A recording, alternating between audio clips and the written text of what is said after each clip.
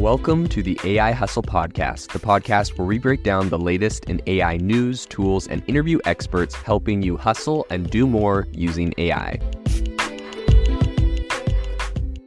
If you've been following the podcast for a while, you'll know that over the last 6 months, I've been working on a stealth AI startup. Of the hundreds of projects I've covered, this is the one that I believe has the greatest potential. So today I'm excited to announce AIBox. AIBox is a no-code AI app building platform paired with the App Store for AI that lets you monetize your AI tools. The platform lets you build apps by linking together AI models like ChatGPT, Midjourney, and 11 Labs. Eventually will integrate with software like Gmail, Trello, and Salesforce, so you can use AI to automate every function in your organization. To get notified when we launch and be one of the first to build on the platform, you can join the waitlist at aibox.ai. The link is in the show notes. We are currently raising a seed round of funding. If you're an investor that is focused on disruptive tech, I'd love to tell you more about the platform. You can reach out to me at jaden@aibox.ai. I'll leave that email in the show notes. Recently, Spotify has announced and launched some very interesting AI initiatives. We've also heard from some very prominent investors and entrepreneurs talking about where they think and where they foresee Spotify going in the future. Find your favorite artist and have AI literally generate an entire playlist of AI-generated music in the style of that artist. I don't know if you've seen it, but I have been super fascinated this week going on YouTube and looking up AI-generated music by a specific artist. If you go and Google Johnny Cash sings, AI, you're going to find it's like absolutely mind-blowing. They have all these new songs or they have old songs. And they essentially are just using Johnny Cash's voice. They've trained a model now, and it's singing a bunch of new songs. Now, I think for Spotify, this may be somewhere where this goes. Maybe this is an artist opt-in, or maybe the estate of the artist can opt in to allow people to do this. But inevitably, I see a lot of tools where essentially if you really like a handful of artists and they don't come out with a lot of new music, an AI will be able to be trained and will be able to just generate new kind of hit songs by those artists. I think that'd be super interesting. Maybe if you mix together a bunch of artists and make a song and it goes viral, certain artists will have the ability for you to actually receive royalties from that. I know specifically Grimes, the music artist, has said that she'll split royalties with anyone that uses her AI voice to generate music. So I think there's a lot of really interesting and exciting things happening in music. So today on the podcast, we're going to be talking about Spotify and some of their new AI features they've released and what they've been saying in their most recent earnings call about the implications and integrations of AI into their platform. So without further ado, let's jump into it. So the headline here is that Spotify CEO Daniel Ek, he offered essentially a glimpse into the company's future on their Q2 earnings call today. And he was dropping a lot of hints about the potential applications for AI in their ecosystem. So, we're talking about podcast summaries, AI-generated ads. Ek really talked a lot about more personalization and a more intuitive Spotify experience. So previously this year, they dropped their AI-enabled DJ feature, which essentially gives you a carefully curated mix of music, which is, essentially helped with machine learning. And it has machine learning commentary about the tracks and the artists, and it's kind of tailored to each listener's preferences. I don't think that this will be the last enhancement in AI, and Ek has actually promised that there's going to be a broader application of AI technologies planned to essentially make Spotify a more personalized platform as far as the content goes. So this is what he said about that product in particular. He said, DJ is a phenomenal product. It's probably one of my personal favorites over the last few years that we've developed, and we've seen really strong consumer interactions with it. So I think that we're going to see a lot more of that where we can contextualize and personalize content across the entire platform to make it more accessible. So again, I don't know if they're going to do the AI-generated artist music, but I think that would be an absolutely amazing feature, an absolutely amazing product, and, figure a way to give the original artist most or all of the royalties. I don't care. I just think the product itself would be pretty incredible.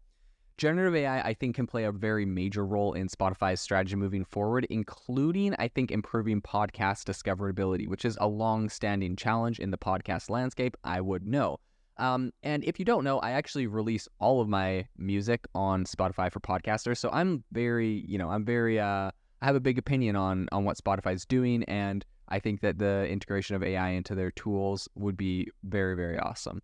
I think the application of AI to create podcast summaries could lead to a more robust some more robust opportunities, higher engagement, and growth for creators. And I was specifically talking to another podcast creator about this today, and the fact that AI is already doing an amazing job. If you give it the audio of your podcast or the transcript, it's doing a great job at making show notes and summaries and timestamps and social media posts and all sorts of amazing content based off of what you've generated. So I think AI's potential to really streamline Spotify's operations doesn't actually stop there.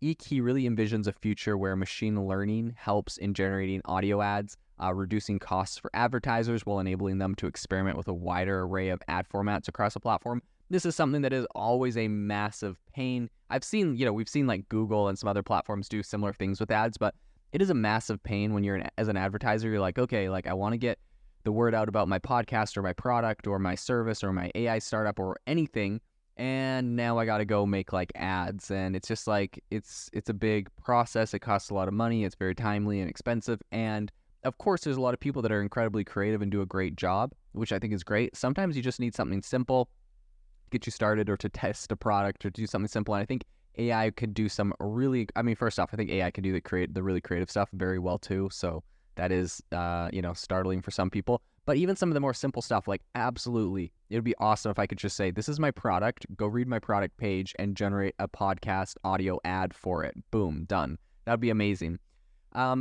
This is what Eek actually said. He said, quote, by using generative AI and our tools here, I think you're going to be able to see that we can significantly reduce the cost that it takes for advertisers to develop new ad formats. And that obviously means that you as an advertiser, instead of having one ad, can imagine having thousands and tested across Spotify networks. So this is amazing, and this is a really big implication he's saying, right? One of the big things is like for Facebook ads, for example, you are going to have one product, but you test new ad creatives all the time. And eventually what happens is, even if you have like, let's say you come up with an ad and it's an absolute banger, this thing just sells off the walls, whatever your product or service is, eventually you reach ad fatigue, where essentially the audience that you're showing this ad to, they've seen the ad a couple times and they're just not interested. They're just not going to click on it. That just happens. Then you got to spend more time and money to make new ad creative, and you have to cycle this thing out every few months or every month even sometimes.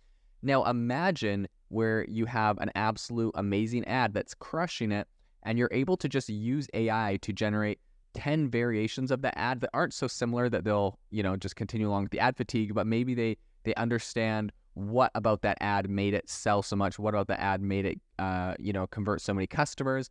And, essentially you eliminate the entire ad fatigue problem, and also eliminate the problem of having to continuously make new ad creative for a product that maybe the product was great and there's still a lot of people that would be interested in it if they saw it in a different light or in a different way or it addressed a different pain point, etc. All in all, I think this is absolutely amazing. I think he's going in the right direction with this. I think these, really strategic comments, they arrive on the heels of Spotify filing a patent for an AI-driven text-to-speech synthesis system. So the proposed tech actually converts text to speech, and it also kind of does a lot of really interesting things, including, what people call tonality, but it also mimics a range of emotions and intentions, even whispering or shouting in different accents. So this development suggests that that Spotify's AI ambitions, moreover, really extend a lot farther beyond just its DJ feature that it's released. And I think the potential applications include AI-narrated audiobooks that offer more, natural sounding and listening experience, something kind of like Apple's recent endeavor with some titles on Apple Books. But I think a lot of technologies like that and a lot of technological investments are not without precedent for Spotify, because actually back in 2022, they acquired Sonantic, which is a London-based startup which specialized in text-to-voice technology, and that was an acquisition that now powers Spotify's AI DJ feature. So I think in their most recent Q2 earnings call, they also shed a little bit of light on Spotify's really impressive subscriber count. So with over 220 million premium users worldwide, they had a 17% year-over-year growth rate, and the platform's monthly active users have reached 551 million. That is absolutely amazing. Also, it's pretty impressive that of their active users, half of them are premium. That's, very well done. But I think despite that, they had an operating loss of around 247 million euros. That's about $274 million US, revenue did rise 11% year over year to around $3.5 billion.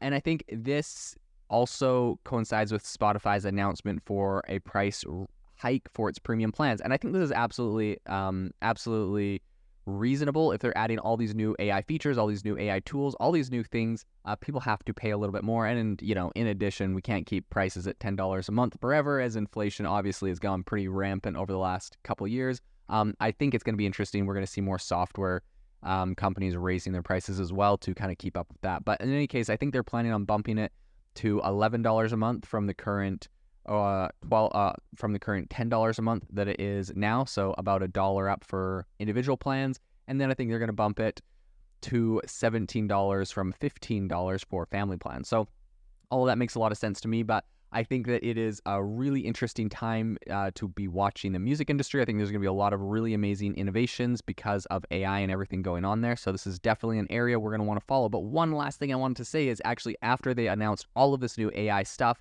and I mean, they announced that they had growth, but because they were not profitable, their stock price still tanked over, I think, 13% or something. So it's not, it's not like growth alone and AI news or AI buzz alone is going to hold that stock price. They really still need to focus on profitability and making sure that they are able to make a profit on this absolutely massive platform that they had. So this is something we'll definitely be following into the future. If you are looking for an innovative and creative community of people using ChatGPT, you need to join our ChatGPT creators community. I'll drop a link in the description to this podcast. We'd love to see you there, where we share tips and tricks of what is working in ChatGPT. It's a lot easier than a podcast, as you can see screenshots, you can share and comment on things that are currently working. So if this sounds interesting to you, check out the link in the comment. We'd love to have you in the community.